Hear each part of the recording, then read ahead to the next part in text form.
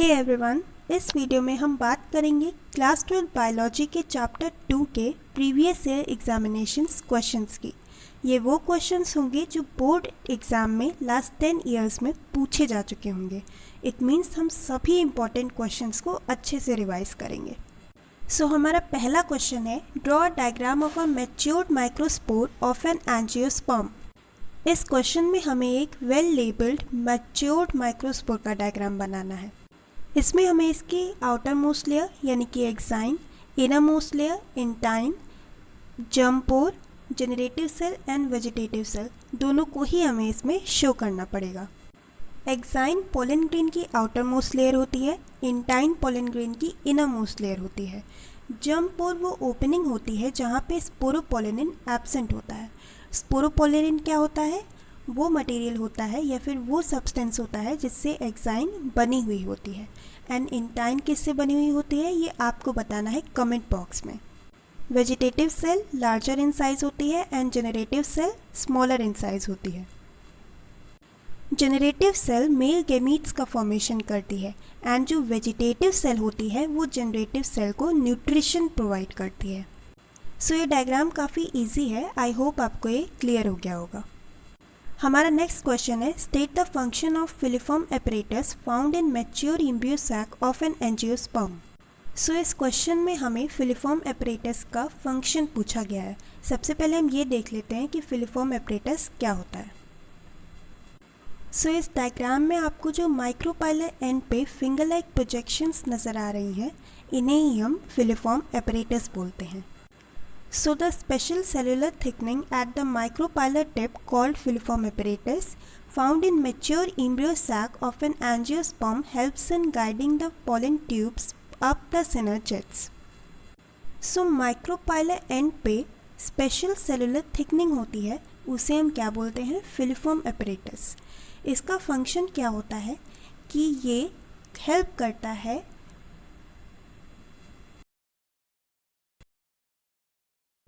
Filiform apparatus का function क्या होता है? ये पॉलन ट्यूब को गाइड करता है सिनर्जिड्स तक पहुंचाने के लिए। ये क्वेश्चन यूजुअली एग्जाम्स में 1 मार्क्स में ही पूछा जाता है। हमारा नेक्स्ट क्वेश्चन है, an anther with malfunctioning tapetum often fails to produce viable male gametophytes, give one reason. इस क्वेश्चन में बेसिकली आपसे टैप्टम का फंक्शन पूछा जा रहा है। ये पूछ रहा है कि टैप्टम ऐसा कौन सा फंक्शन परफॉर्म करने में फेल हो जाता है जिसकी वजह से वो वायबल यानी कि सक्सेसफुल मेल गेमेटोफाइट्स प्रोड्यूस नहीं कर पाता है। इसका आंसर हो जाएगा, the anther with malfunctioning tapetum cannot provide complete nutrition to the developing microspores और male gametophytes, so it fails to produce viable male gametophytes. Tapetum का function क्या होता है? वो डेवलपिंग पॉलन ग्रेन को nutrition provide करता है या फिर डेवलपिंग माइक्रोस्पोर्स को न्यूट्रिशन प्रोवाइड करता है। जब टैप्टम ये फंक्शन परफॉर्म करने में फेल हो जाता है तब वो वायबल यानी कि सक्सेसफुल मेल गेमेटोफाइट्स प्रोड्यूस नहीं कर पाता है। हमारा नेक्स्ट क्वेश्चन है, how do the pollen grains of Vallisneria protect themselves. Vallisneria एक हाइड्रोफिलिक प्लांट है। ये अपने पॉलन ग्रेन्स वाटर में रिलीज़ करता है। वाटर में रिलीज़ करने की वजह से पॉलन ग्रेन्स डैमेज होने के चांसेस ज़्यादा होते हैं। इसीलिए उस पॉलन ग्रेन में एक आउटर कवरिंग प्रेजेंट होती है जो कि पॉलन ग्रेन को प्रोटेक्ट करके रखती है। इस क्वेश्चन में बेसिकली ये पूछ रहा है कि उस आउटर कवरिंग का नाम क्या है। हम अपना आंसर देखते हैं। As the pollination of Vallisneria takes place by means of water, the pollen grains are covered by mucilaginous coating that protects them. Vallisneria के pollen grains में एक mucilaginous coating present होती है जो कि उन्हें प्रोटेक्ट करके रखती है और डैमेज नहीं होने देती। हमारा नेक्स्ट क्वेश्चन है, Why do the pollen grains of Vallisneria have a mucilaginous coating या फिर कवरिंग। हमने जो लास्ट क्वेश्चन देखा था उसमें ये पूछा गया था कि पॉलन ग्रेन्स में कौन सी आउटर कवरिंग होती है या फिर जो पॉलन ग्रेन्स को प्रोटेक्शन प्रोवाइड करती है। यहाँ पे भी ये क्वेश्चन दूसरे टाइप से पूछा गया है कि पॉलन ग्रेन्स में म्यूसिलेजिनियस कवरिंग क्यों होती है। आपको अभी पीछे हमने पढ़ चुके हैं कि वो प्रोटेक्शन के लिए होती है पॉलन ग्रेन्स के। As in Vallisneria, the male flowers are released on the water surface, so to provide protection to these pollen grains, a mucilaginous covering is present. True hydrophily can be seen in Vallisneria. Question number 6 है, name the type of flower which favors cross pollination. इसका answer हो जाएगा Chasmogamous flowers. Flowers which remains open and exposes the anther and stigma are called Chasmogamous flowers. So Chasmogamous flowers वो flowers होते हैं जो cross pollination favour करते हैं. हमारा नेक्स्ट क्वेश्चन है, banana is a true fruit but is also a parthenocarpic fruit, give reason. So इस type के क्वेश्चन में आपको true fruit and parthenocarpic fruit दोनों को ही एक्सप्लेन करना होगा. सो इसका आंसर हो जाएगा, the fruit of banana is found from the ovary, so it is a true fruit. It is a parthenocarpic fruit because the ovary develops into fruit without fertilization. So हमारा जो fruit है बनाना, इसका formation ovary से होता है, इसीलिए हम इसे ट्रू फ्रूट बोलते हैं. एंड पार्थेनोकार्पिक फ्रूट क्या होते हैं, जिनका फॉर्मेशन ओवरी से तो होता है बट विदाउट फर्टिलाइजेशन होता है. ऐसे फ्रूट्स को हम पार्थेनोकार्पिक फ्रूट कहते हैं. सो इस वजह से बनाना हमारा ट्रू फ्रूट भी है और पार्थेनोकार्पिक फ्रूट भी है, क्योंकि इसका फॉर्मेशन ओवरी से हो रहा है, इसीलिए हम इसे ट्रू फ्रूट बोल रहे हैं. एंड इसका फॉर्मेशन ओवरी से हो रहा है बट विदाउट फर्टिलाइजेशन हो रहा है, इसीलिए हम इसे पार्थेनोकार्पिक फ्रूट बोल रहे हैं. Question number 8, why is apple referred to as a false fruit. So ये क्वेश्चंस 1 मार्क्स में पूछे गए हैं बोर्ड एग्जाम्स में. सो अगर आपने थोड़ी भी पढ़ाई की होगी तो आप इनका आंसर ईजिली दे सकते हैं, क्योंकि ये काफ़ी ज़्यादा ईजी हैं. In a apple the thalamus also contributes to fruit formation, so apples are called false fruit. So अभी हमने पीछे पढ़ा कि बनाना का फॉर्मेशन ओवरी से हो रहा था, इसीलिए हम उसे ट्रू फ्रूट बोल रहे थे. यहाँ पर एप्पल का जो फॉर्मेशन है उसमें थैलेमस भी कंट्रीब्यूट कर रहा है, इसीलिए हम इसे फॉल्स फ्रूट बोलते हैं. Question number 9, name the mechanism responsible for the formation of seed without fertilisation in angiosperms. Give an example of a species of flowering plants which such seed formation. So इस question की length काफ़ी ज़्यादा है but इसका answer एक word का है. सो इस क्वेश्चन में आपसे पूछ ये रहा है कि उस मैकेनिज्म का नाम बताइए जिससे सीड्स का फॉर्मेशन होता है विदाउट फर्टिलाइजेशन, एंड उसका एक एग्जाम्पल दीजिए. सो इस क्वेश्चन का आंसर है, apomixis is the mechanism responsible for the formation of seeds without fertilisation in angiosperms, for example grasses. So apomixis वो मैकेनिज्म है जो कि सीड का फॉर्मेशन करता है विदाउट फर्टिलाइजेशन इन एंजियोस्पर्म. इसका एग्जाम्पल क्या हो जाएगा, ग्रासेस. क्वेश्चन नंबर 10, सो अब हम मेन क्वेश्चन यानी कि 2 मार्क्स के क्वेश्चन पढ़ेंगे. Name the organic materials of which exine and intine of an angiosperm pollen grains are made up of. Explain the role of exine. So इस question में pollen grain की outermost layer exine and innermost layer intine का organic material पूछ रहा है कि वो किस ऑर्गेनिक मटेरियल से बनी हुई होती है, एंड इसके साथ वो एक्साइन का रोल भी पूछ रहा है. सो इस क्वेश्चन का आंसर हो जाएगा, the angiosperm pollen grains comprises of outer exine made up of resistant organic material sporopollenin, while inner thin layer of intine is made up of cellulose and pectin. सो जो pollen grain की outermost layer है exine, वो sporopollenin की बनी हुई होती है, and जो इनर मोस्ट लेयर है इंटाइन, वो सेलुलोज एंड पेक्टिन की बनी हुई होती है. सो इसके नेक्स्ट पार्ट में हमें एक्साइन का फंक्शन बताना है. Since the outer hard layer of exine is made up of sporopollenin, which is one of the most resistant organic substance, it helps the pollen grains to resist high temperatures, strong acids and alkali, and it also protects them from enzyme degradation. So outermost layer का function क्या होता है, protection provide करना. Same यहाँ पर भी है, जो पोलन ग्रेन की आउटर मोस्ट लेयर है एक्साइन, वो पोलन ग्रेन को प्रोटेक्शन प्रोवाइड करती है. किससे प्रोवाइड करती है, रेजिस्ट हाई टेम्परेचर से, स्ट्रॉन्ग एसिड्स एंड एल्कलीज से, and it protects them from enzyme degradation. I hope आपको सारे आंसर्स अच्छे से समझ में आ रहे होंगे. Question number 11. In the transverse section of a mature anther given below, identify A and B and mention their functions. So ये एक mature anther का डायग्राम है. इस डायग्राम में आपको पार्ट A एंड B दोनों के ही नेम विद देयर फंक्शन बताने हैं. सो जो A पार्ट है उसे हम स्पोरोजिनस टिश्यू बुलाते हैं. इसका फंक्शन क्या होता है? It cells are potential mother cells and form pollen grains. It means इसके अंदर potential pollen mother cells present होती हैं जो कि किसका फॉर्मेशन करती हैं? पॉलन ग्रेन्स का.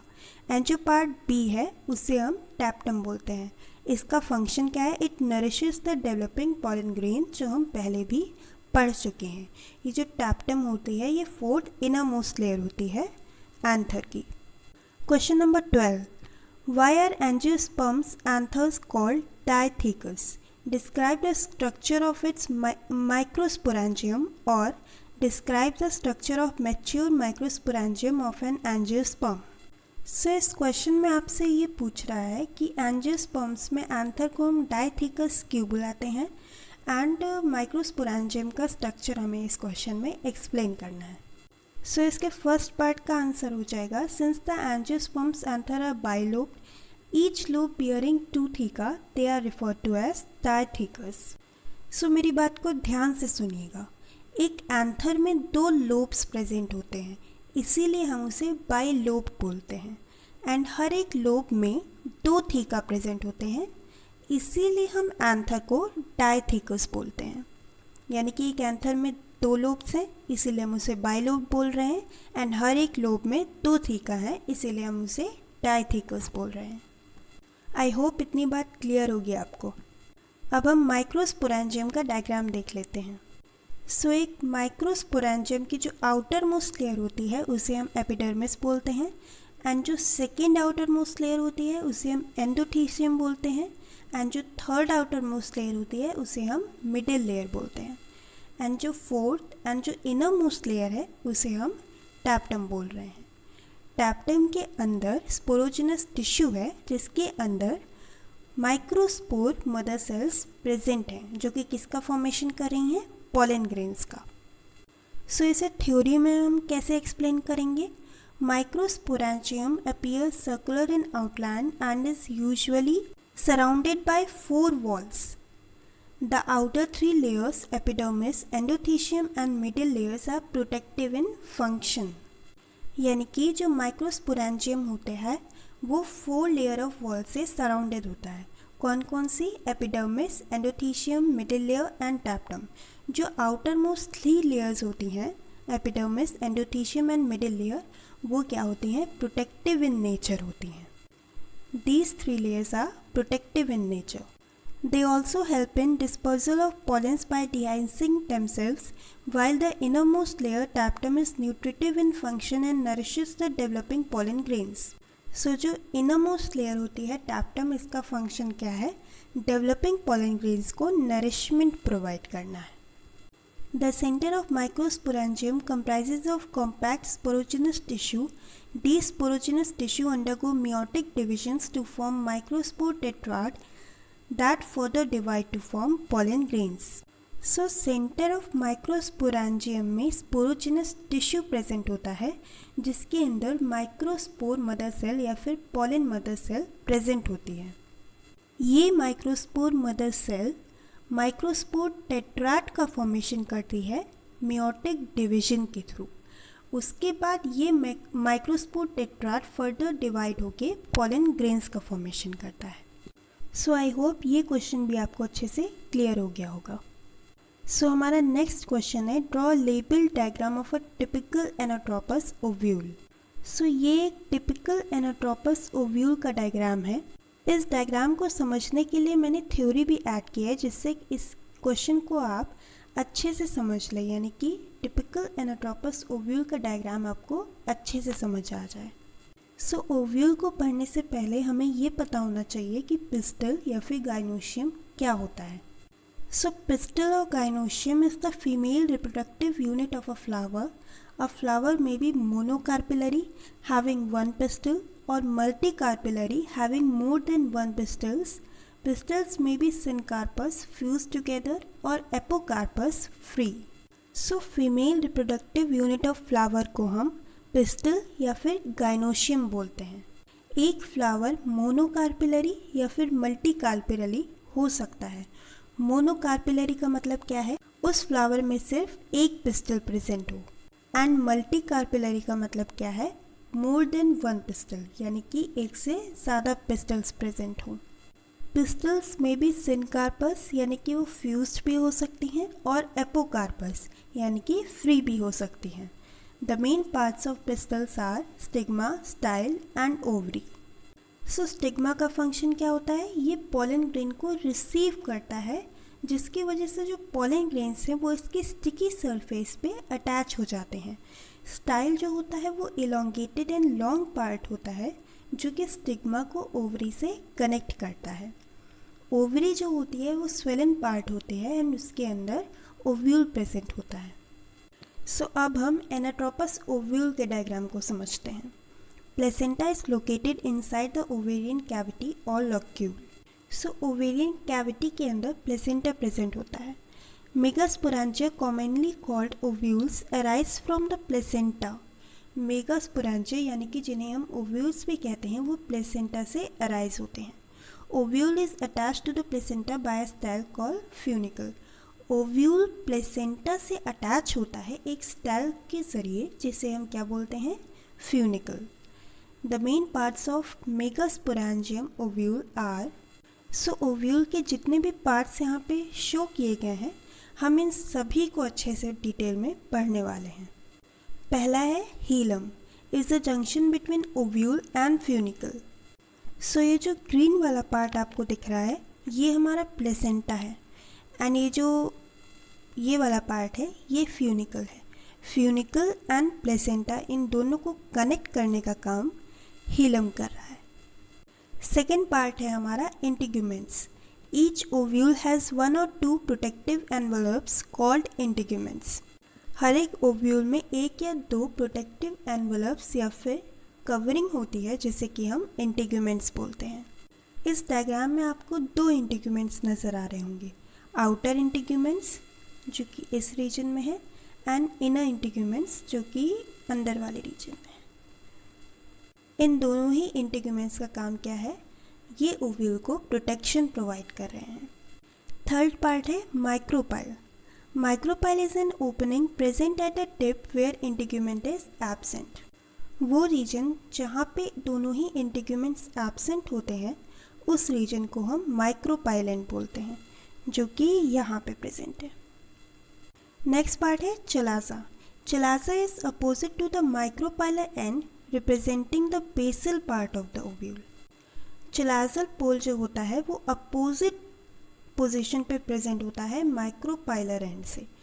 ये chalazal pole basal part of ovary को रिप्रेजेंट करता है एंड जो माइक्रोपाइलर एंड है वो टॉप पार्ट को रिप्रेजेंट करता है। ये हमारा चलाजल पोल है और ये बेसल पार्ट है ओव्यूल का। The integuments encloses a mass of cells called the nucellus which have food reserves. Ovule के बाहर ये जो पिंक वाला रीजन शो हो रहा है इसे हम न्यूसिलस कहते हैं एंड ये फूड रिजर्वायर है। Embryo sac of female gametophyte is located inside the nucleus. Nucellus. Nucellus के अंदर हमारा फीमेल गेमेटोफाइट यानी कि एम्ब्रियो सैक प्रेजेंट होता है। आई होप आपको ये क्वेश्चन अच्छे से क्लियर हो गया होगा। अगर फिर भी आपको कोई क्वेरी है तो मैंने एनाट्रोपस ओव्यूल के ऊपर एक सेपरेट लेक्चर बना रखा है, मैं उसका लिंक डिस्क्रिप्शन बॉक्स में दे दूँगी, आप वहाँ से उसे देख सकते हैं।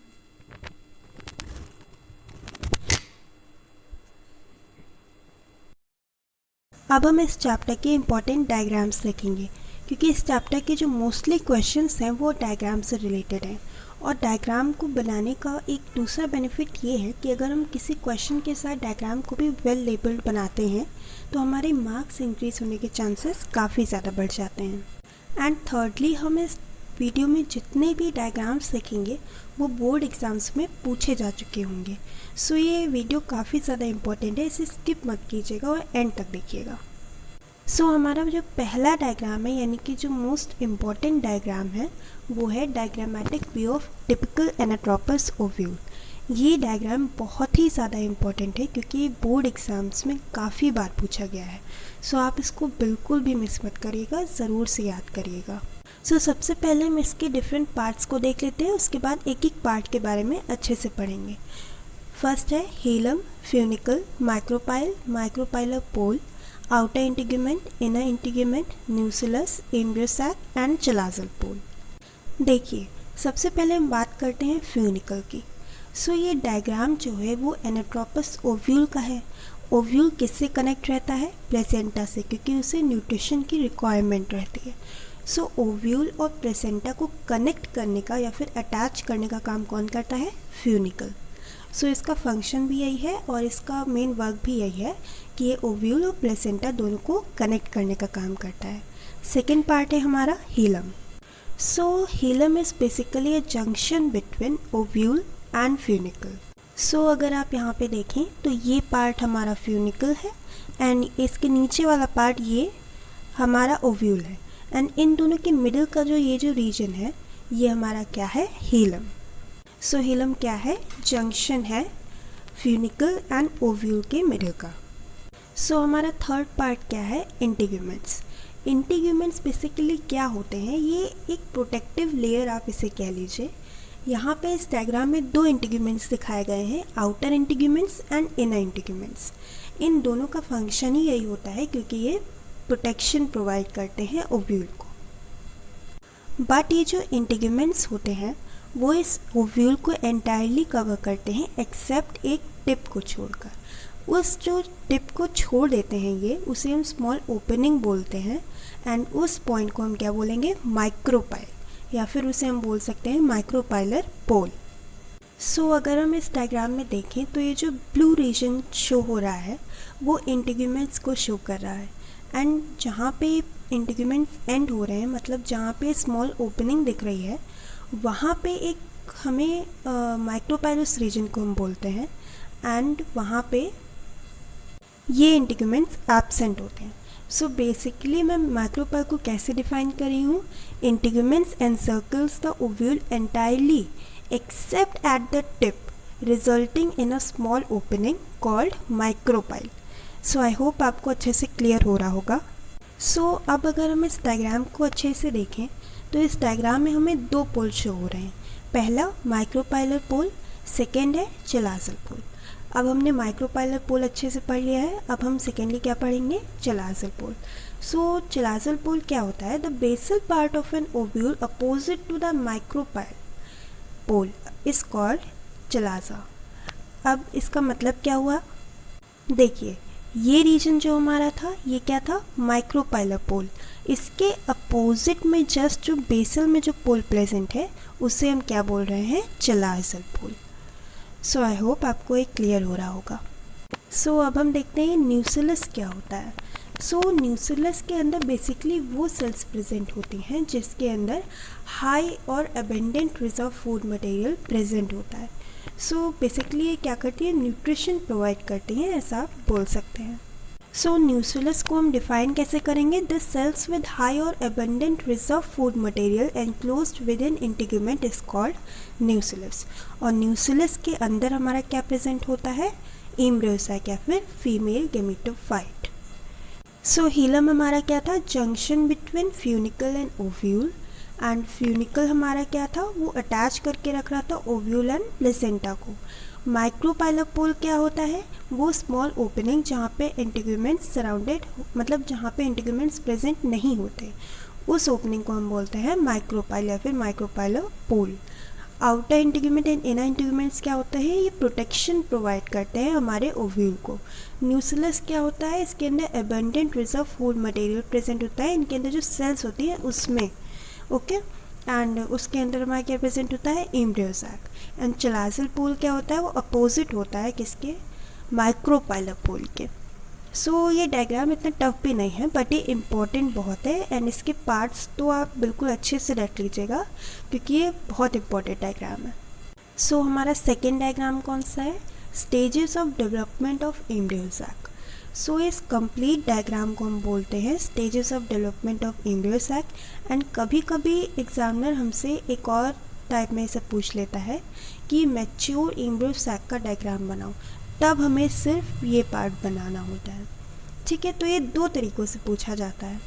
हालांकि आपको आना पूरा ही डायग्राम चाहिए, बट अगर सिर्फ ये पार्ट पूछा जा रहा है तो आप सिर्फ इसे बनाएंगे। सो अब देख लेते हैं कि इसमें क्या क्या आता है। सो देखिए, जैसे कि इस डायग्राम का नाम है stages of development of embryo sac, so हमें ये पढ़ना होगा कि कैसे ये एम्ब्रियो सैक डेवलप होता है, यानी कि मेगास्पोर मदर सेल कैसे इस एम्ब्रियो सैक में कन्वर्ट होती हैं या फिर कैसे एक मैच्योर एम्ब्रियो सैक बनाती हैं। सो सबसे पहले क्या होता है, मेगास्पोर मदर सेल मियोसिस की प्रोसेस के थ्रू मेगास्पोर डायड का फॉर्मेशन करती हैं, जो कि यहाँ पे आप देख सकते हैं। सबसे पहले क्या हो रहा है, मेगास्पोर मदर सेल मियोसिस की प्रोसेस के थ्रू मेगास्पोर डायड का फॉर्मेशन करेंगे। एंड ये मेगास्पोर डायड फिर से अगेन मियोसिस की प्रोसेस के थ्रू मेगास्पोर टेट्राड का फॉर्मेशन हो रहा है। सो मेगास्पोर डायड में 2 सेल्स का फॉर्मेशन हो रहा है एंड मेगास्पोर टेट्राड में 4 सेल्स का फॉर्मेशन हो रहा है। एंड ये जो फॉर्मेशन हो रहा है वो किस प्रोसेस के थ्रू हो रहा है, मियोसिस की प्रोसेस के थ्रू हो रहा है, इसे याद रखिएगा। ओके, अब हम आगे की प्रोसेस देखते हैं कि मेगास्पोर टेट्राड में 4 सेल्स का फॉर्मेशन हो रहा है।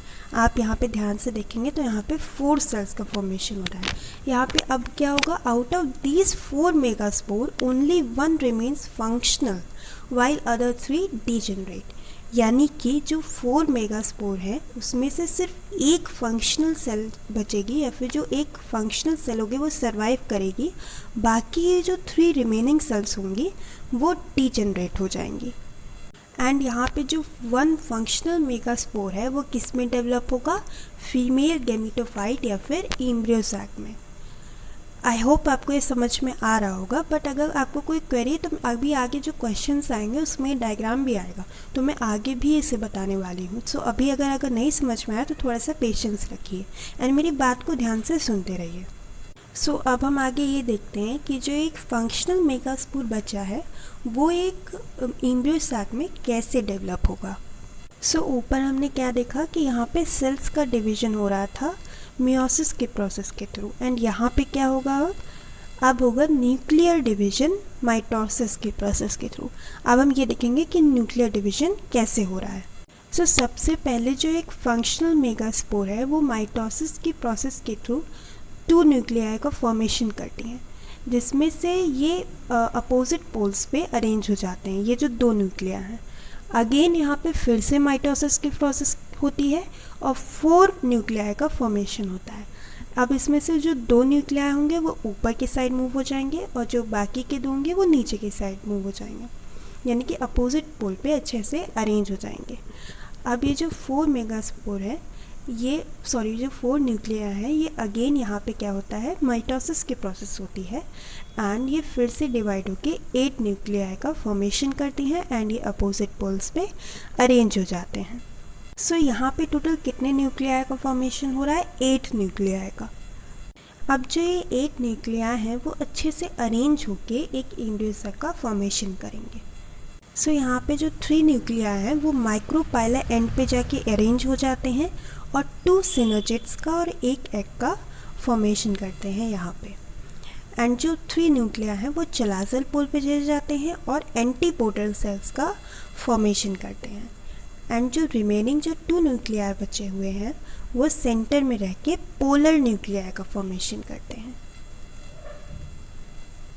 एंड ये डायग्राम जो आपको शो हो रहा है, this is a diagram of mature embryo sac. ये एक मैच्योर एम्ब्रियो सैक को रिप्रेजेंट कर रहा है।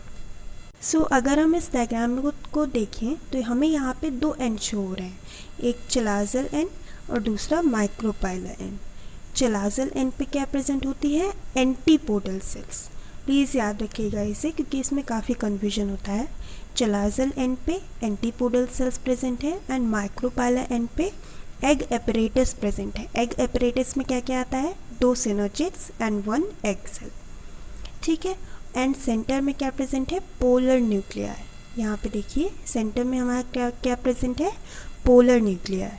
अब अगर हम इस मैच्योर एम्ब्रियो सैक के डायग्राम को देखें तो अब जो हमारा मैच्योर एम्ब्रियो सैक बना है उसमें 7 सेल और 8 न्यूक्लियस प्रेजेंट है, इसीलिए हम उस मैच्योर एम्ब्रियो सैक को क्या बुलाते हैं? 7 celled and 8 nucleate type. I hope आपको ये डायग्राम अच्छे से क्लियर हो गया होगा। अभी आगे क्वेश्चंस में भी हम इसे अच्छे से डिस्कस करने वाले हैं। अगर थोड़ी बहुत क्वेरी आपकी रह भी गई है तो वहाँ पे आई होप सब कुछ सॉल्व हो जाएगा। ये जो हमारा डायग्राम है वो माइक्रोस्पोरेंजियम का डायग्राम है। इस डायग्राम में मेनली इन लेयर्स के फंक्शंस पूछे जाते हैं एंड कभी कभी ये डायग्राम बनाने के लिए भी आया हुआ है बोर्ड एग्ज़ाम्स में। ये भी एक इम्पॉर्टेंट टाइप में हम इसे लेके चल सकते हैं। इस डायग्राम में मेनली टैप्टम का फंक्शन पूछा जाता है।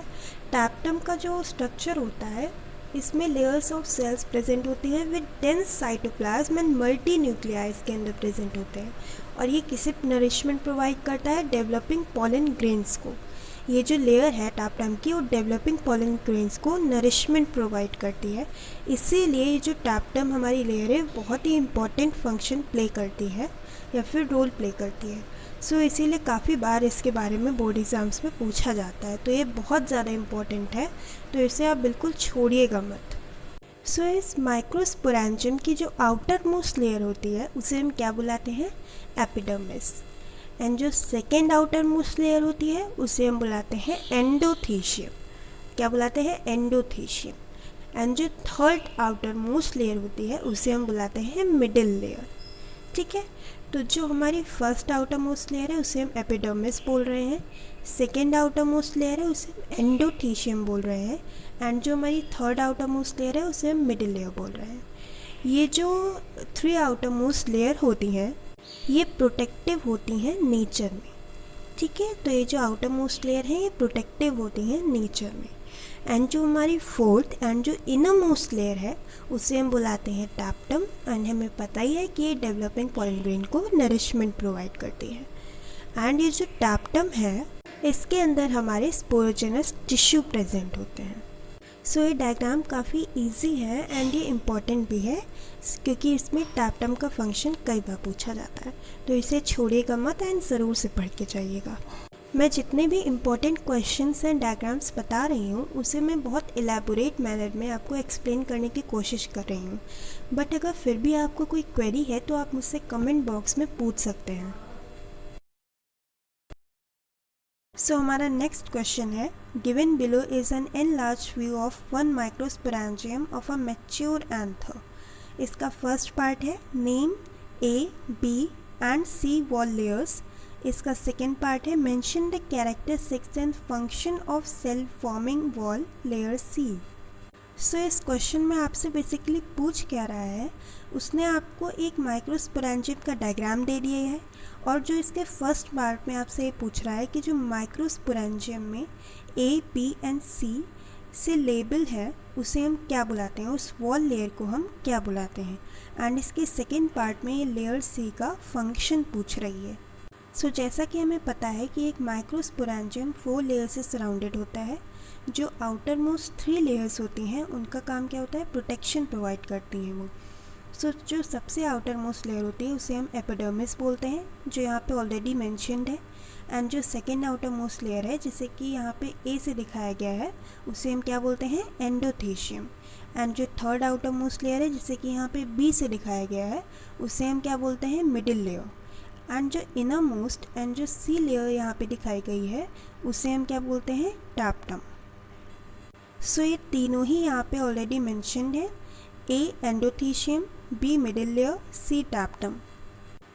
जैसा कि क्वेश्चन के सेकंड पार्ट में पूछा गया है कि जो लेयर सी है जिसे कि हम टैप्टम बोल रहे हैं उसका फंक्शन क्या है। जैसा हमें पता है कि ये इनर मोस्ट लेयर होती है माइक्रोस्पोरेंजियम में, एंड इसका फंक्शन क्या है? It nourishes the developing pollen grains, जो कि हम पहले भी पढ़ चुके हैं। एंड इसके अलावा इसमें dense cytoplasm and generally have more than 1 nucleus, ये दोनों ही इसमें प्रेजेंट होते हैं। हमारा नेक्स्ट क्वेश्चन है question number 15, explain the phenomena of double fertilisation. ये क्वेश्चन 3 मार्क्स में ही पूछा जाता है, 3 से कम में नहीं पूछा जाता है क्योंकि ये थोड़ा इम्पॉर्टेंट है। सो मैंने इस डबल फर्टिलाइजेशन के फिनोमेना को 4 पॉइंट्स में एक्सप्लेन किया है जिससे आपको समझने में आसानी हो। सो पहला पॉइंट देखिएगा, in an angiospermic plant 2 male gametes are discharged by a pollen tube into the embryo sac. So एक एंजियोस्पर्मिक प्लांट में 2 मेल गैमीट डिस्चार्ज किए जाते हैं। कहाँ से डिस्चार्ज किए जाते हैं? पॉलन ट्यूब से एम्ब्रियो सैक तक। ये 2 मेल गैमीट पॉलन ट्यूब से डिस्चार्ज किए जाते हैं और कहाँ पर आते हैं? एम्ब्रियो सैक तक। अब सेकेंड पॉइंट देखिएगा, one of the male gametes fuses with the egg to form a zygote. This process is called syngamy. So अभी हमने देखा कि 2 मेल गैमीट पॉलन ट्यूब से डिस्चार्ज हुए और वो एम्ब्रियो सैक में आ गए। अब जो एक मेल गैमीट है वो किसके साथ फ्यूज़ हो रहा है? एग के साथ। और क्या बना रहा है? ज़ाइगोट। इस प्रोसेस को हम बोलते हैं सिनगैमी। यानी कि जो पहला मेल गैमीट था वो एग के साथ फ्यूज़ हो गया और उसने क्या बनाया? ज़ाइगोट बनाया। किस प्रोसेस से? फर्टिलाइजेशन हो गया एंड वहाँ ज़ाइगोट बना। इस पूरी प्रोसेस को हम बोलते हैं सिनगैमी। आई होप आपको ये क्लियर हो रहा होगा। जो हमारा थर्ड पॉइंट है उसकी तरफ देखिएगा, other male gametes fuses with the secondary nucleus to form the primary endosperm nucleus. This process is called triple fusion. So pollen tube से 2 मेल गैमीट आए थे, एक तो एग के साथ फ्यूज़ हो गया और उसने ज़ाइगोट बना लिया। इस प्रोसेस को हम सिनगैमी बोलते हैं। एंड जो सेकेंड जो मेल गैमीट हमारा जो बचा हुआ है वो सेकेंडरी न्यूक्लियस के साथ फ्यूज़ हो जाता है और बनाता क्या है? Primary endosperm nucleus. इस प्रोसेस को हम क्या बोलते हैं? Triple fusion. यानी कि हमारा जो दूसरा मेल गैमीट है वो सेकेंडरी न्यूक्लियस के साथ फ्यूज़ हो गया और इसने क्या बनाया? Primary endosperm nucleus. इस प्रोसेस को हम क्या बोलते हैं? Triple fusion. अब हमारा फोर्थ यानी कि लास्ट इम्पॉर्टेंट पॉइंट देखिएगा जो कि इस पूरी प्रोसेस को अच्छे से डिस्क्राइब करेगा। Since there are 2 fusions, syngamy and triple fusion, inside an ovule during fertilization, it is known as double fusion. So अभी हमने यहाँ पर देखा जो पहला मेल गैमीट था वो एग के साथ फ्यूज़ होकर ज़ाइगोट बनाया एंड उस प्रोसेस को हमने सिनगैमी बोला। एंड जो सेकेंड मेल गैमीट था वो सेकेंडरी न्यूक्लियस के साथ फ्यूज़ होकर प्राइमरी एंडोस्पर्म न्यूक्लियस बनाया एंड उस प्रोसेस को हमने ट्रिपल फ्यूजन बोला। सो यहाँ पे बेसिकली 2 फ्यूजन्स हो रहे हैं, सिनगैमी एंड ट्रिपल फ्यूजन। इसीलिए हम इस पूरी प्रोसेस को हम डबल फर्टिलाइजेशन बुलाते हैं। सो आई होप मैंने इस चारों पॉइंट्स को बहुत डीपली एक्सप्लेन किया है। सो आई होप कि आपको अच्छे से समझ आ रहा होगा। सो अब हम अपना नेक्स्ट क्वेश्चन देखते हैं, that is question number 16। Differentiate between geitonogamy and xenogamy in plants. So पहला पॉइंट देखिएगा, it is the transfer of pollen grains from the anther to the stigma of another flower of same plant. So geitonogamy में basically होता क्या है कि एक plant में 2 flower present होते हैं। एक फ्लावर से जो एंथर होता है उससे pollen grains रिलीज़ होते हैं एंड उस pollen grain का जो ट्रांसफ़र है वो दूसरे फ्लावर के स्टिग्मा में होता है। एंड वो स्टिग्मा की सरफेस काफ़ी स्टिकी होती है तो वो उस pollen grain को अपने आप से चिपका लेती है या फिर अटैच कर लेती है। इस प्रोसेस को हम बोलते हैं गाइटोनोगैमी। ज़ीनोगैमी क्या होता है? It is the transfer of pollen grains from the anther to the stigma of different plant. Xenogamy में भी प्रोसेस सेम हो रही है, एंथर से स्टिग्मा तक यानी कि दूसरे फ्लावर के स्टिग्मा तक pollen grains का ट्रांसफ़र हो रहा है, पर जिस फ्लावर में हो रहा है वो फ्लावर किसी डिफरेंट प्लांट का है। इस प्रोसेस को हम बोलते हैं ज़ीनोगैमी। सो इसके इम्पॉर्टेंट कीवर्ड्स क्या हो जाएंगे? गाइटोनोगैमी में सेम प्लांट में पॉलिनेशन का प्रोसेस हो रहा है एंड ज़ीनोगैमी में डिफरेंट प्लांट में पॉलिनेशन का प्रोसेस हो रहा है। सो पॉलिनेशन आपको पता ही है कि 3 टाइप्स के होते हैं। I mean according to the source of pollen grains, pollination 3 types के होते हैं, autogamy, geitonogamy and xenogamy. Geitonogamy में सेम प्लांट में पॉलिनेशन का प्रोसेस होता है एंड ज़ीनोगैमी में डिफरेंट प्लांट में पॉलिनेशन का प्रोसेस हो रहा है, जो कि हमने अभी पढ़ लिया है। अब हम सेकेंड पॉइंट देखते हैं, the pollen grains are genetically similar to the plant. Xenogamy में the pollen grains are genetically different from the plant. So geitonogamy में जो पोलन ग्रेन्स हैं वो जेनेटिकली सिमिलर होते हैं अपने प्लांट से, एंड जो जेनोगैमी में जो पोलन ग्रेन्स हैं वो जेनेटिकली डिफरेंट होते हैं फ्रॉम द प्लांट। अब हम आते हैं अपने क्वेश्चन नंबर 17 पे। अगेन ये एक डिफरेंस का क्वेश्चन है। Differentiate between albuminous and non albuminous seeds, give one example of each. So इस क्वेश्चन में आपसे albuminous seed and non albuminous seed दोनों में ही डिफरेंशिएशन पूछ रहा है एंड दोनों का एक एक एग्जाम्पल पूछ रहा है। सो एल्बुमिनस सीड बेसिकली होते क्या हैं? सिंपल वे में अगर मैं एक्सप्लेन करूँ तो एल्बुमिनस सीड्स में एम्ब्रियो की डेवलपमेंट में एंडोस्पर्म कम्प्लीटली यूज नहीं होता, इसका कुछ पोर्शन बच जाता है। एंड नॉन एल्बुमिनस सीड्स में एम्ब्रियो की डेवलपमेंट में कम्प्लीटली एंडोस्पर्म यूज़ हो जाता है, इसका थोड़ा भी पोर्शन नहीं बचता। यही मेन डिफरेंस है albuminous seed and non albuminous seeds में। बाकी हम इसकी थ्योरी देख लेते हैं। Endosperm is not completely used by the developing embryo, so a portion of it remains in the seed. So albuminous seeds में embryo की development में जो endosperm होता है वो completely used नहीं होता, कुछ portion उसका बच जाता है। ऐसे seeds को हम albuminous seeds बोलते हैं। And non-albuminous seeds क्या होता है? Endosperm is completely used by the developing embryo before the maturation of seed, so there is no endosperm left in the seed. So non albuminous seeds क्या होते हैं कि embryo की डेवलपमेंट में endosperm completely use हो जाता है। इस प्रोसेस को हम ऐसे सीड्स को हम नॉन एल्बुमिनस सीड्स बोलते हैं। एल्बुमिनस सीड्स का एग्जांपल है coconut, castor and maize, and non albuminous seeds का एग्जांपल है पी, बीन एंड मस्टर्ड। हमारा नेक्स्ट क्वेश्चन है question number 18। With the help of an example of each explain the following: apomixis, parthenocarpy and polyembryony. ये question 3 marks में ही पूछा गया है बोर्ड एग्जाम्स में। सो सबसे पहले हम एपोमिक्सिस की बात करते हैं। The phenomena in which seeds are produced without fertilization is called apomixis. वो फिनोमेना या फिर वो प्रोसेस जिससे सीड्स विदाउट फर्टिलाइजेशन प्रोड्यूस होते हैं, उस प्रोसेस को हम बोलते हैं एपोमिक्सिस। एपोमिक्सिस को दूसरे नाम से भी जाना जाता है एगैमोस्पर्मी। कई बार एग्ज़ाम्स में एपोमिक्सिस की जगह लिखा होता है एगैमोस्पर्मी एंड उससे कन्फ्यूजन क्रिएट हो जाता है क्योंकि ये यूजुअली नहीं मिलता हमें, इस वजह से या फिर हमने पढ़ा नहीं होता है। सो इसे याद रखिएगा कि एपोमिक्सिस को हम एगैमोस्पर्मी भी बोलते हैं। इसका एग्जाम्पल है ग्रास। सो हमारा दूसरी डेफिनेशन है पार्थेनोकार्पी।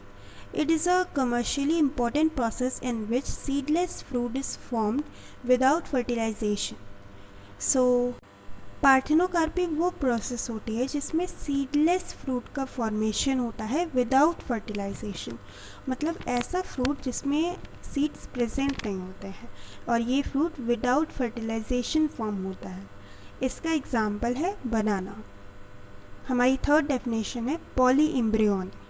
सो पॉलीइम्ब्रियोनी क्या होता है? The occurrence of more than one embryo in a seed is known as polyembryony. It means एक या एक से ज़्यादा एम्ब्रियोज का प्रेजेंट होना किसी सीड में, उसे हम बोलते हैं पॉलीइम्ब्रियोनी। इसका एग्जाम्पल है ऑरेंज। सो एक बार रिकैप लेते हैं।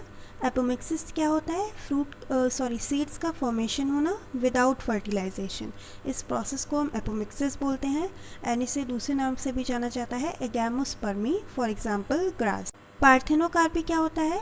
सीडलेस फ्रूट का फॉर्मेशन होना विदाउट फर्टिलाइजेशन। इसका एग्जाम्पल क्या है? बनाना। एंड पॉलीइम्ब्रियोनी का मतलब क्या होता है? मोर देन वन एम्ब्रियो का अकरेंस होना एक ही सीड में। इस प्रोसेस को हम क्या बोलते हैं? पॉलीइम्ब्रियोनी। और इसका एग्जाम्पल है ऑरेंज। एग्जाम्पल्स भी प्लीज़ याद करते चलिएगा क्योंकि हाफ या 1 नंबर में एग्जाम्पल्स भी पूछे जाते हैं। हमारा नेक्स्ट क्वेश्चन क्या है, यानी कि जो मोस्ट इम्पॉर्टेंट क्वेश्चंस में से आते हैं एंड ये 5 मार्क्स में पूछे जाते हैं। How does the megaspore mother cell develop into 7-celled and 8-nucleate embryo sac in an angiosperm? Draw a label diagram of a mature embryo sac. और इसे दूसरे तरीके से भी पूछा जाता है, explain with the help of diagram the development of mature embryo sac from a megaspore mother cell in angiosperm. So in दोनों क्वेश्चंस का मीनिंग क्या है कि आपको एक मेगास्पोर मदर सेल से मैच्योर एम्ब्रियो सैक बनने की सारी स्टेजेस को अच्छे से एक्सप्लेन करना पड़ेगा। एंड इसमें आपसे ये भी बोल रहा है कि एक मैच्योर एम्ब्रियो सैक का वेल लेबल्ड डायग्राम बनाना है। सो चलिए हम इसका आंसर देख लेते हैं। सो सबसे पहले डायग्राम देख लेते हैं। यहाँ पर मेगास्पोर मदर सेल से मैच्योर एम्ब्रियो सैक बनने की पूरी प्रोसेस को अच्छे से बताया गया है। सो यहाँ पे होता क्या है कि जो मेगास्पोर मदर सेल है वो माइटोसिस के प्रोसेस के थ्रू मेगास्पोर डायाट का फॉर्मेशन करती है। आप यहाँ पे देख सकते हैं कि मियोसिस की प्रोसेस के थ्रू मेगास्पोर मदर सेल ने मेगास्पोर डायाट का फॉर्मेशन किया है एंड देन मेगास्पोर डायाट से मेगास्पोर टेट्राड का फॉर्मेशन हो रहा है। सो यहाँ पे क्या होता है कि जो मेगास्पोर टेट्राड है इसमें से 3 मेगास्पोर डीजेनरेट हो जाते हैं, यानी कि 4 में से 3 डीजेनरेट हो जाते हैं एंड सिर्फ 1 सरवाइव करता है। सो सबसे पहले हुआ क्या, मेगास्पोर मदर सेल ने मेगास्पोर डायाट का फॉर्मेशन किया, देन मेगास्पोर डायाट से मेगास्पोर टेट्राड का फॉर्मेशन हुआ। किस प्रोसेस से? मियोसिस की प्रोसेस से।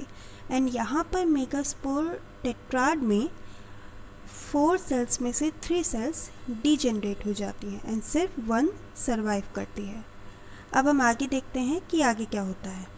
अब आगे जो फंक्शनल मेगास्पोर है, यानी कि जिस मेगास्पोर ने सरवाइव किया है उसे हम फंक्शनल मेगास्पोर बोलेंगे। अब आगे जो फंक्शनल मेगास्पोर है उसमें न्यूक्लियर डिविजन्स होंगे। अब जो न्यूक्लियस जो डिवाइड होगा वो ऐसे डिवाइड होगा कि सबसे पहले माइटोसिस की प्रोसेस होगी एंड 2 न्यूक्लियस का फॉर्मेशन होगा जो कि अपोजिट पोल्स की तरफ मूव करेंगे। देन इन दोनों न्यूक्लियाई से 4 न्यूक्लियाई का फॉर्मेशन होगा जिसमें से 2 ऊपर की साइड मूव करेंगे एंड 2 नीचे की साइड मूव करेंगे। अब ये जो 4 न्यूक्लियस बने हैं इनसे 8 न्यूक्लियस का फॉर्मेशन होगा। अब 4 ऊपर की साइड मूव करेंगे एंड 4 नीचे की साइड मूव करेंगे। इस स्टेज को हम बोलेंगे 8 न्यूक्लियस स्टेज, क्योंकि यहाँ पे 8 न्यूक्लियस का फॉर्मेशन हुआ है। अभी आगे हम इस पूरी प्रोसेस को थ्योरी में भी अच्छे से समझेंगे। अभी जो न्यूक्लियाई का डिवीज़न हुआ है ये सारे 8 न्यूक्लियाई अच्छे से ऑर्गेनाइज्ड वे में पूरे सेल में सेटल हो जाएंगे।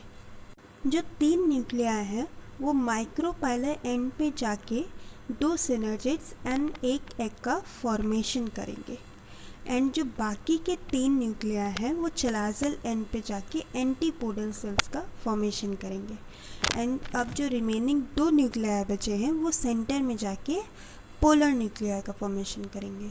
यानी कि जो 3 न्यूक्लियाई हैं वो माइक्रोपाइलर एंड पे चले गए एंड जो बाकी के 3 न्यूक्लियाई हैं वो चलाजल एंड पे चले गए एंड जो रिमेनिंग 2 बचे हैं वो सेंटर में पोलर न्यूक्लियाई का फॉर्मेशन करेंगे।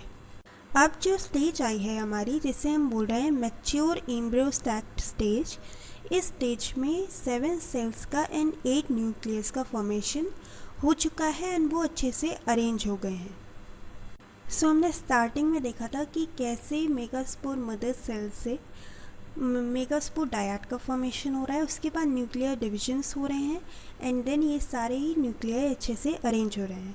इन सभी स्टेजेस को हमने अच्छे से पढ़ लिया है, बस हम अभी से थ्योरी वाइज अच्छे से कवर कर लेते हैं ताकि हमारे एग्ज़ाम में हमसे कोई गलती ना हो आंसर राइटिंग में। सो अब हम इसका आंसर देख लेते हैं। The functional megaspore undergoes mitosis to form 2 nuclei, which migrate to opposite poles, forming a 2-nucleate embryo sac. So यहाँ पे न्यूक्लिएट की प्रोसेस से स्टार्टिंग की गई है जहाँ पे न्यूक्लिएट का डिवीजन होता है। सो होता क्या है, जो हमारा फंक्शनल मेगास्पोर बचा था वो माइटोसिस की प्रोसेस के थ्रू 2 न्यूक्लियाई का फॉर्मेशन करता है और ये 2 न्यूक्लियाई अपोजिट पोल्स की तरफ मूव कर जाते हैं। देन क्या होता है, ये further mitotic divisions lead to the formation of 4 nucleate and 8 nucleate stages of the embryo sac. जो हमारा 2 न्यूक्लियाइड स्टेज हुआ था उसके बाद इसमें भी माइटोटिक डिविजन्स होते हैं and 4 nucleate and 8 nucleate stages का फॉर्मेशन होता है, जो कि अभी हम डायग्राम में अच्छे से देख चुके हैं। In these mitotic divisions nuclear division is not followed by cell division. So इस प्रोसेस में होता क्या है, न्यूक्लियर डिविजन सेल डिविजन को फॉलो नहीं करता। After the 8 nucleate stage, cell walls are laid down and a typical female gametophyte or embryo sac is formed. जब 8 nucleate stage आती है तो एक टिपिकल फीमेल गेमेटोफाइट का फॉर्मेशन होता है। इसके बाद हम मैच्योरेशन का प्रोसेस देखते हैं। Among the 8 nuclei, 6 are enclosed by cell walls and organized into cells, while the remaining 2 nuclei, poral nuclei, are situated above the egg apparatus in a large central cell. जो total 8 nuclei हमारे बने थे उसमें से जो 6 nuclei होते हैं वो सेल वॉल की तरफ मूव कर जाते हैं एंड अच्छे से ऑर्गेनाइज हो जाते हैं, वाइल जो रिमेनिंग 2 न्यूक्लियाई हमारे बचे हैं जिससे कि हम पोलर न्यूक्लियाई बोल रहे हैं, वो एग एपरेटस के सेंटर में सिचुएटेड हो जाते हैं। Out of the 6 cells, 3 are grouped at the micropylar and constitute the egg apparatus made up of 2 synergids and 1 egg cell. यहाँ पर उन 6 cells की बात की गई है जिसमें से जो सेल वॉल की तरफ मूव कर गई थी। इसमें से जो 3 cells हैं वो माइक्रोपाइलर एंड पे ग्रुप हो जाती हैं, जिसमें से एक जो होती है उसे एग एपरेटस नाम दिया गया है एंड जो बाकी 2 होती हैं उन्हें सिनर्जिड्स नाम दिया गया है। आई मीन माइक्रोपाइलर एंड पे इन तीनों ही सेल्स के ग्रुप को हम एग एपरेटस बुला रहे हैं, जिसमें से 2 सेल्स हैं हमारी सिनर्जिड्स एंड जो रिमेनिंग 1 सेल है उसे हम एग सेल बोल रहे हैं। The other 3 cells are located at the chalazal and are called antipodals. जो बाकी की 3 cells हैं वो चलाजल एंड पे लोकेटेड होती हैं एंड उन्हें हम क्या बोलते हैं, एंटीपोडल्स। और बाकी हमने देखा ही था कि जो रिमेनिंग 2 cells थी वो उन्हें हम पोलर न्यूक्लियाई बोल रहे थे और वो सेंट्रल में अरेंज हो गई थी।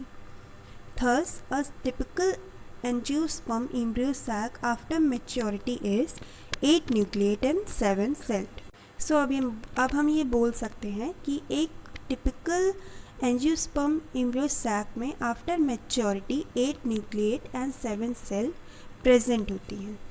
सो अब हम मैच्योर एम्ब्रियो सैक का डायग्राम देख लेते हैं। यहाँ पे 2 पोल्स होते हैं, एक चलाजल एंड दूसरा माइक्रोपाइलर एंड। चलाजल एंड पे 3 cells प्रेजेंट थी जिन्हें हम क्या बोल रहे थे, एंटीपोडल्स। एंड माइक्रोपाइलर एंड पे 3 cells प्रेजेंट है, उन्हें हम क्या बोल रहे हैं, एग एपरेटस। इस एग एपरेटस में एक एग सेल है और 2 सिनर्जिड्स हैं। बीच में सेंट्रल सेल है जो कि आपको पता ही है एंड यहाँ पे पोलर न्यूक्लियाई सिचुएटेड है। सो ये क्वेश्चन बोर्ड एग्ज़ाम्स में काफ़ी बार रिपीट हुआ है, सो आई होप कि आप इसको छोड़ने की गलती नहीं करेंगे। ये काफ़ी ज़्यादा इम्पॉर्टेंट है, आप इसे 10 स्टार इम्पॉर्टेंट क्वेश्चन भी बोल सकते हैं। सो हमारा नेक्स्ट 5 मार्क्स का इम्पॉर्टेंट क्वेश्चन क्या है, जो कि क्वेश्चन नंबर 20 है। Draw a diagram of an enlarged view of transverse section of one microsporangium of an angiosperm and label the following parts। पहला टेप्टम है, दूसरा मिडिल लेयर है, तीसरा एंडोथीशियम है, फोर्थ माइक्रोस्पोर मदर सेल है। एंड जो इस क्वेश्चन का जो सेकेंड पार्ट है वो ये है, mention the characteristic feature and function of टेप्टम। And इस क्वेश्चन का थर्ड पार्ट है, explain the following giving reasons. पहला है pollen grains are well preserved as fossils। Second है pollen tablets are in use of people these days। सो ये question देखने में तो काफ़ी बड़ा लग रहा है पर ये है बहुत इजी, क्योंकि इसमें माइक्रोस्पोरेंजियम का डायग्राम एंड उसके वॉल्स के फंक्शंस हम काफ़ी बार रिवाइज कर चुके हैं। इवन इस वीडियो में भी हम इस डायग्राम को एंड इसकी वॉल्स के लेयर्स के फंक्शन को हम काफ़ी बार रिवाइज कर चुके हैं। सो इस क्वेश्चन के पहले पार्ट में क्या पूछा गया है, पहले हम वो देख लेते हैं। सो पहले पार्ट में हमें सबसे पहले एक माइक्रोस्पोरेंजियम का डायग्राम बनाना है एंड उसे अच्छे से वेल लेबल्ड करना है। उसमें हमें क्या क्या लेबल करना है वो भी इस क्वेश्चन में दिया हुआ है। सबसे पहले tapetum, then middle layer, then endothecium, then microspore mother cell. I hope आपको ये डायग्राम अच्छे से याद हो गया होगा, फिर भी आप इसे देख लीजिए। सो ये माइक्रोस्पोरेंजियम का डायग्राम है। इसकी जो आउटर मोस्ट लेयर है उसे हम एपिडर्मिस बोलते हैं, एंड जो सेकेंड आउटर मोस्ट लेयर है उसे हम एंडोथीशियम बोलते हैं। जो थर्ड आउटर मोस्ट लेयर है वो मिडिल लेयर बोलते हैं हम इसे। ये तीनों ही आउटर मोस्ट लेयर प्रोटेक्शन का वर्क करती हैं। एंड जो फोर्थ एंड जो इनर मोस्ट लेयर है हमारी उसे टैप्टम बोलते हैं, जो डेवलपिंग पॉलन ग्रेन को नरिशमेंट प्रोवाइड करती हैं। टैप्टम के अंदर स्पोरोजेनस टिश्यू प्रेजेंट होते हैं जिसके अंदर माइक्रोस्पोर मदर सेल्स प्रेजेंट होती हैं। ये microspore mother cell pollen grains का फॉर्मेशन करती हैं। ये माइक्रोस्पोरेंजियम का डायग्राम हम कई बार रिवाइज कर चुके हैं, तो हम आगे बढ़ते हैं। सो सेकेंड पार्ट में हमें क्या पूछा गया है, mention the characteristic features and function of tapetum. हमें टैप्टम के कैरेक्टरिस्टिक्स एंड उनका फंक्शन बताना है।